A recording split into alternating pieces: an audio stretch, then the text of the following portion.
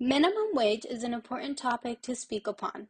Most of the population is paid at or below the minimum wage of $7.25 per hour. Through our research, we have gathered quite the information to inform our audience about the difficulties people face while earning minimum wage. There are examples that will be shown to demonstrate how the earning of minimum wage causes difficulties to arise for those earning minimum wage as well as the economy. Our video will reaffirm the audience's belief in a federal minimum wage rise and encourage them to take action on a federal level.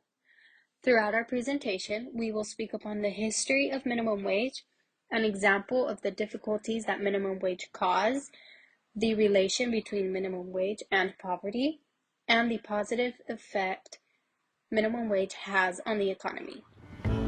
The U.S. state of Wyoming has some of the lowest wages in the country. For starters, what many call the dirt low U.S. minimum wage of $7.25 an hour. That hasn't been raised in over a decade.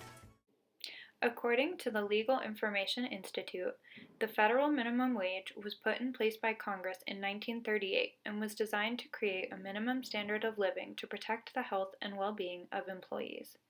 However, as demonstrated by this graph, the U.S. federal minimum wage was $1.60 in 1968, which, adjusted for inflation, was equal to almost $12 in 2019. How can workers today be expected to live off of less than what they were making 53 years ago?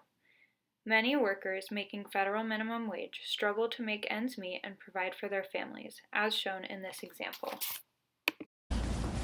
Say cheese. As low-wage workers prepare for a nationwide strike Thursday to demand better pay, 20-year-old Shaniqua Davis wants people to know what life is like living on minimum wage. It's really hard. I'm trying to live paycheck to paycheck. Davis is trying to support herself and her 1-year-old daughter by working at a McDonald's in the Bronx. She gets paid $7.25 an hour. Davis says, come payday, that money's gone.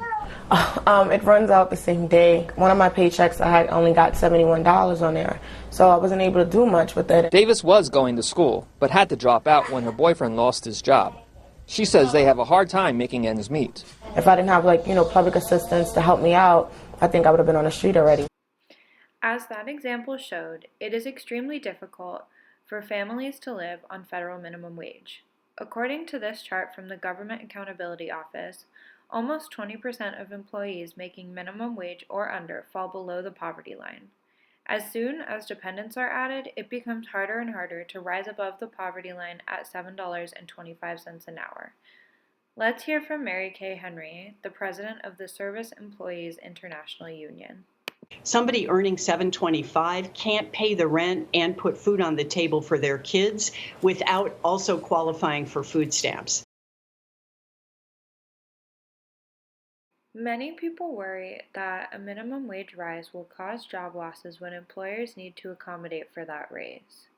However, in a study analyzing 15 years of information on minimum wage and employment, Wolfson and Bellman found no support for the proposition that the minimum wage has any important effect on U.S. employment. Now, let's go ahead and acknowledge the elephant in the room, inflation. We understand that the common deterrent for raising the minimum wage would be the concern over inflation. We propose to putting forth a tax deduction for businesses. This would offset any kind of increased expenses that would come from the raising of wages. It has been proven that the middle and lower class are the ones who put the most into the economy. With all of this information, the answer to allow our country's economy to grow and stay strong while also helping those in the lower tax brackets is simple. Raise minimum wage.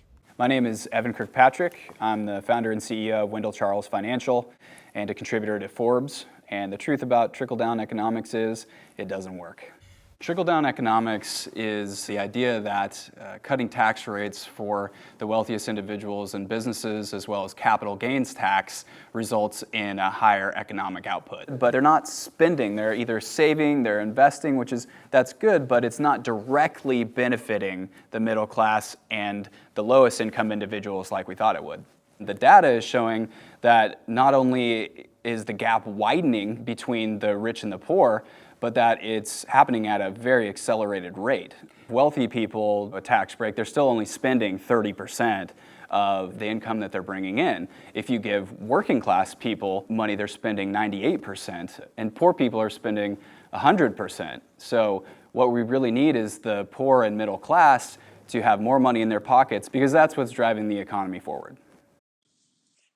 Our presentation explained the history of minimum wage, an example of difficulties that minimum wage causes, the relation between minimum wage and poverty, and the positive effect minimum wage has on the economy. We hope our documentary has convinced you to push a minimum wage rise on a nationwide level. Let's inform one another about the difficulties that the minimum wage causes. We can definitely advocate for a rise in minimum wage in the foreseeable future. As a country, we can work together and rebuild our economy.